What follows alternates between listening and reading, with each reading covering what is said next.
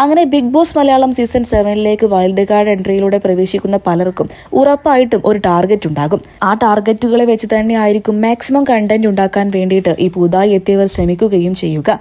അങ്ങനെ നമ്മുടെ പ്രവീണിന്റെ ടാർഗറ്റ് ആയിട്ട് തോന്നിയത് അനീഷിനെയാണ്. അതായത് wild card entries Bigg Boss വീട്ടിലേക്ക് പ്രവേശിച്ച സമയത്ത് തന്നെ നമ്മുടെ ബിഗ് ബോസ് ഒരു ടാസ്ക് നൽകിയിരുന്നു.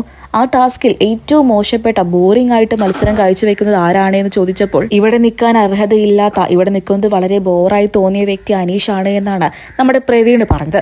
അപ്പോൾ തീർച്ചയായിട്ടും പ്രവീണിന്റെ ടാർഗറ്റ് അനീഷ് തന്നെ ആയിരിക്കും. എന്നാൽ പൊതുവെ ബിഗ് ബോസ് കാണുന്ന ഏതൊരു വ്യക്തിക്കും മനസ്സിലാകും, നമ്മുടെ ബിഗ് ബോസ് വീടിനകത്ത് നല്ല രീതിയിൽ ഗെയിം സ്ട്രാറ്റജിയോടെ മുന്നോട്ട് കൊണ്ടുപോകുന്നത് നമ്മുടെ അനീഷ് മാത്രമാണ്.